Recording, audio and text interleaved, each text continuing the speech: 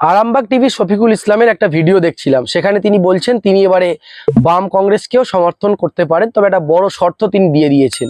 করার জন্য বাম কংগ্রেস চেষ্টা করছে, কিন্তু তারা সেরকম জায়গা পাচ্ছে না, কারণ ভোটে তো রেজাল্ট আমরা দেখেছি না। রেজাল্টে একটু ভালো করুক না বাম বিজেপি, দেখবেন আমাদের সমর্থন পেয়ে যাবে। অনেকে বলেন যে বাম কংগ্রেসের কেন এই করে না। আরে করবো কি, আমার তো দরকার পরিবর্তন। রেজাল্ট আনুন, সংগঠন বৃদ্ধি করে সারাটা দেখান না মানুষের, দেখবেন আপনাদের খবর করবে। কেন করে না এই জন্য, করলে খবরের লোক দেখতে চায় না। আমার একেবারে ঘোষিত অবস্থান যে আমি একজন ইউটিউবার হলেও আমি কিন্তু এই রাজ্যের পরিবর্তনকামী একজন মানুষ। পরিবর্তন করার মতো ক্ষমতা রাখে অন্ততপক্ষে এই মুহূর্তে সংখ্যার দিক দিয়ে যদি ধরি, সেটা হচ্ছে বিজেপি। এবং বিজেপির প্রতি তিনি যথেষ্ট ক্ষুব্ধ, কারণ দিলীপ ঘোষের বিজেপি, শুভেন্দু অধিকারীর বিজেপি, শ্রমিক ভট্টাচার্যের বিজেপি, সুকান্ত মজুমদারের বিজেপি, এই যে বিজেপির মধ্যে একাধিক গোষ্ঠী কোন্দল, এটা নিয়ে আরামবাগ টিভি শফিকুল ইসলাম তিনি যথেষ্ট বিরক্ত। আমার খুব একটা ভালো লাগছে না বিজেপির ব্যাপারে, মানে কি চাইছে দলের কে কার। আজকে তো আবার দিলীপ ঘোষ মানে অক্সিজেন পেয়েছেন দেখানোর চেষ্টা করছিলেন। তো যদি দিলীপ ঘোষ একটা হয়ে চলেন, অন্য অমক যে তমক হয়ে চলেন, তো কি করে ঐক্যবদ্ধ লড়াইটা হবে? শফিকুল ইসলাম পরিষ্কার বললেন যে তিনি এই রাজ্যে, এই বাংলায় একটা পরিবর্তন চায়, আর সেই পরিবর্তনের জন্য বিজেপি তার কাছে ঠিকঠাক মনে হয়েছে বা তারা লড়াই দিতে পারছে, তাদের সংগঠন ভালো, তুলনামূলক তাদের অনেকগুলো সিট, কিন্তু বাম কংগ্রেসের কিছু নেই। তবে তিনি বাম কংগ্রেসকেও সমর্থন করবেন, তিনি যে শর্ত দিয়েছেন সেই শর্ত যদি বাম কংগ্রেস মানতে পারে। তিনি বলেছেন যে যদি প্রয়োজনে তিনি বিজেপি ছেড়ে দেবেন, মানে বিজেপির প্রচার করা ছেড়ে দেবেন, দিয়ে তিনি বাম কংগ্রেসের সমর্থন বা প্রচার করবেন যদি বাম কংগ্রেসের সংগঠন মজবুত হয়, যদি বাম কংগ্রেস একটু বেশি সিট পায়। সেক্ষেত্রে মানে শফিকুল ইসলাম দাদা তিনি প্রচার করে বাম কংগ্রেসের যে লাভ করে দেবেন, তাদের সিট সংখ্যা বাড়ানোর চেষ্টা করবেন, তাদের সংগঠন মজবুত করার চেষ্টা করবেন, তাদের ভালো কাজগুলোর প্রচার করবেন, তাদের আন্দোলনের প্রচার করবেন। তৃণমূলের বিরুদ্ধে তো শুধু বিজেপি আন্দোলন করে না, অনেক বেশি আন্দোলন করে বামেরা, মিডিয়া কভারেজ সেভাবে দেয় না। কংগ্রেসের নতুন সভাপতি তিনি দায়িত্ব পাওয়ার পর থেকে লাগাতার বিভিন্ন ইস্যুতে রাজ্যের শাসক দল এবং কেন্দ্রের শাসক দল অর্থাৎ তৃণমূল এবং বিজেপির বিরুদ্ধে লাগাতার আন্দোলন করছে। অন্যদিক থেকে বামেদেরও ছাত্র সংগঠন, যুব সংগঠন, মাদার সংগঠন, তারা প্যালেস্তাইন থেকে শুরু করে, বাংলাদেশ থেকে শুরু করে ভারতবর্ষের যে কোনো ইস্যু এবং অবশ্যই পশ্চিমবাংলার যে কোনো ইস্যুতে তারা কিন্তু তাদের মতো করে আন্দোলন করছেন। কিন্তু এই আন্দোলন মিডিয়া সেভাবে কভারেজ করে না। শফিকুল ইসলামের মতো যারা বিজেপির হয়ে প্রচার করে, তিনি স্বীকার করেছেন তাদের চ্যানেলে টোটালি দেখা যায় না, শুধু বিজেপি শুভেন্দু বা বিজেপির বিভিন্ন নেতা বা মোদি, যোগী, তাদেরকেই দেখা যায়। তো এখন যে শর্ত দিলেন, এই শর্ত কি বাম কংগ্রেস মেনে নেবে? মানে এই শর্ত যদি পূরণ করে, মানে বাম কংগ্রেস যদি শক্তিশালী হয়, মানে তিনি বুঝতে পারেন যে তৃণমূলের বিরুদ্ধে এরা লড়াই দিতে পারবে, এরা পরিবর্তন আনতে পারবে, তখন তিনি বিজেপি ছেড়ে এই বাম কংগ্রেসের হয়ে প্রচার করবেন। এই বিষয় নিয়ে আমরা কংগ্রেস নেতা এবং বাম নেতাদের সঙ্গে কথা বলেছি, শুনুন আপনারা। আর ভিডিওতে কমেন্ট বক্সে অবশ্যই মতামত জানাবেন। শফিকুলের খবর করার দরকার নেই। শফিকুল একটা বিজেপির পোষা একটা কি বলবো, পোষা একটা সার্ভেন্ট, ঠিক আছে।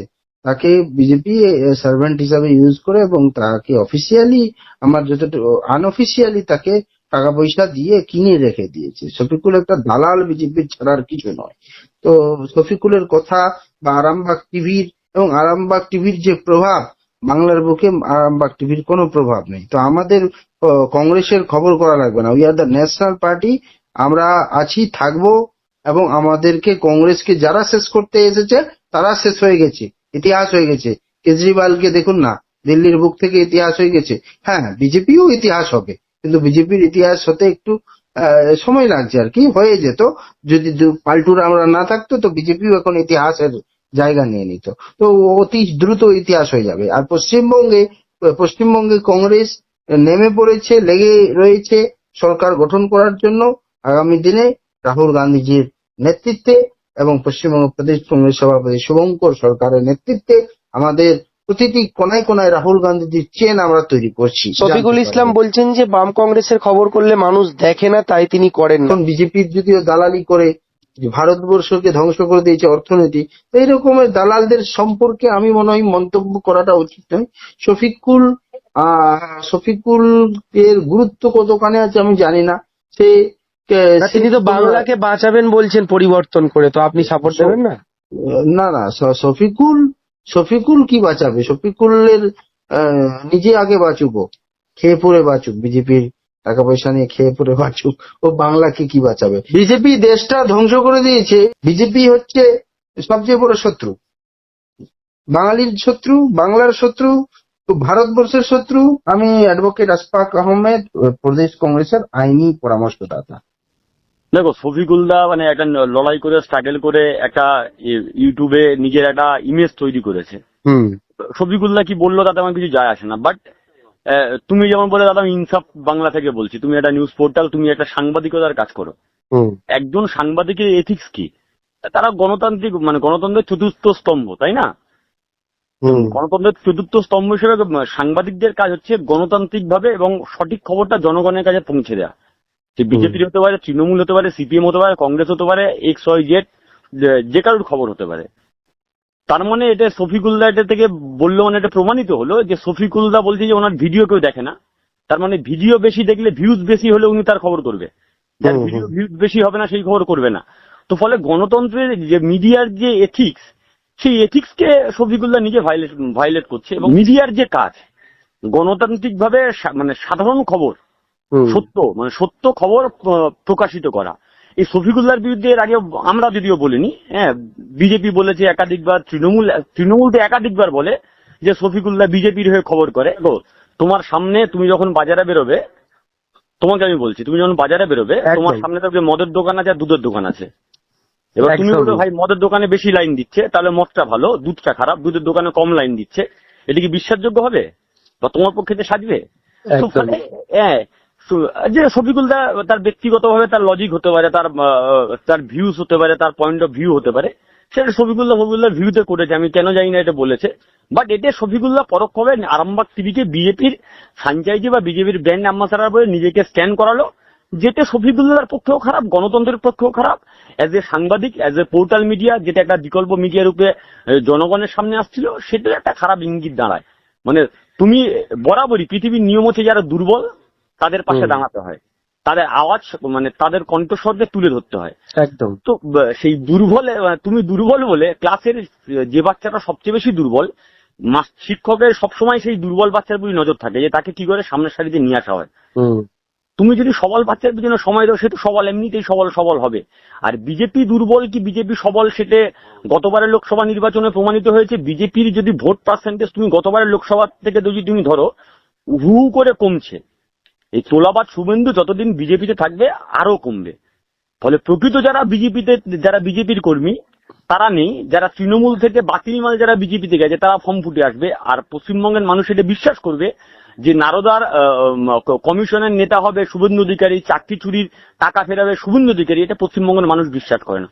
পশ্চিমবঙ্গের মানুষ এটা একবারেই বিশ্বাস করে না যে শঙ্কুদেব পণ্ডা কলেজে গণতান্ত্রিক পরিবেশ ফেরাবে, কারণ শঙ্কুদেব পণ্ডার হাত ধরে কলেজে গণতন্ত্র লুট হয়ে গেছে। তো ফলে শফিকুল্লাহর পয়েন্ট অফ ভিউ আলাদা হতে পারে, কিন্তু বাংলার পয়েন্ট অফ ভিউ অন্য।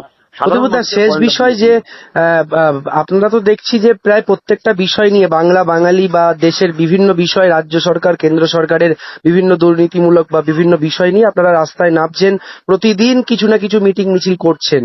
2026 বিধানসভা ভোটে একটা ঘুরে দাঁড়ানোর মতন একটা পরিস্থিতি কি তৈরি হচ্ছে? প্রথম কথা হচ্ছে মানে আমরা যে মানে ঘুরে দাঁড়ানোর মতো এখন ঘুরে দাঁড়ায়নি, তাই তো তোমার পয়েন্ট অফ ভিউ এটা, সেটা না। পরিস্থিতি, লড়াই এবং প্রতিদিন তোমার যা শক্তি আছে, তুমি তোমার শক্তি দিয়ে সর্বোচ্চ দিয়ে তুমি রাস্তায় নামবে, তুমি রাস্তায় লড়াই করে, মানুষ আমাদের সেই রূপে দেখতে চায়। একদম। ফলে আমাদের 2026 কি 2024 কি 2025 আমাদের কাছে স্পেশাল কিছু নয়। আমাদের কাছে প্রতিটা দিন হচ্ছে লুটেরার বিরুদ্ধে, প্রতিটা দিন। কিন্তু বিধানসভায় তো প্রতিনিধিও দরকার, সেখানে আইন প্রণয়ন হয়, সেখানে কথা বলার জন্য। একদমই, কিন্তু এটাও মনে রাখবে যে বিধানসভাটা সব না। যদি বিধানসভাটা সব হতো বা যদি একটা পার্লামেন্টে জেতাটা যদি সব হতো, তুমি বিজেপির 5টা এমএলএ এর নাম বলতে পারবে? সাধারণ মানুষকে বুম নিয়ে তুমি জিজ্ঞেস করো, কালকে সঞ্চয়িতাকে বলবে বুম নিয়ে গিয়ে শিয়ালদা স্টেশনে জিজ্ঞেস করতে বিজেপির 5টা এমএলএ এর নাম কি, বলতে পারবে সাধারণ মানুষ? ওই তো রাম, শ্যাম, যদু, মধুর বাইরে কে জানে? হয় শুভেন্দু আর ওই 2-1টা নাম ফাম বলতে পারো, এর বাইরে সাধারণ মানুষ নামই বলতে পারবে না। বাট তুমি সাধারণ মানুষকে জিজ্ঞেস করবে মীনাক্ষী মুখার্জিকে চেনে, শতরূপ ঘোষকে চেনে, সৃজন ভট্টাচার্যকে চেনে? এরা তো এমএলএ এমপি কেউ না, আমার কথা ছেড়েই দিলাম। দেবাঞ্জন থেকে চেনে? নতুন এসএফআই রাজ্য সেক্রেটারি হয়েছে, চেনে? এরা তো এমএলএ এমপি কেউ না। মানুষের জন্য যদি আন্দোলন করো তাহলে মানুষ তোমাকে চিনবে, মানুষ তোমাকে ভরসা করবে। হ্যাঁ, এটা ঠিক আছে, এটা আমাদের দুর্বলতা, আমরা মানুষকে সেই ভরসার জায়গা দিতে পারিনি। সেই ভরসা জোগানোর কাজ প্রতিদিন, প্রতিটা ঘন্টা, প্রতিটা মিনিট আমাদের করতে হয়। ফলে স্পেশাল 26 বলে কিছু হয় না। স্পেশাল 26 একটা সিনেমা হয়, যেখানে একটা সিবিআই অফিসার কিভাবে চুরি করেছিল সেটা আছে স্পেশাল 26।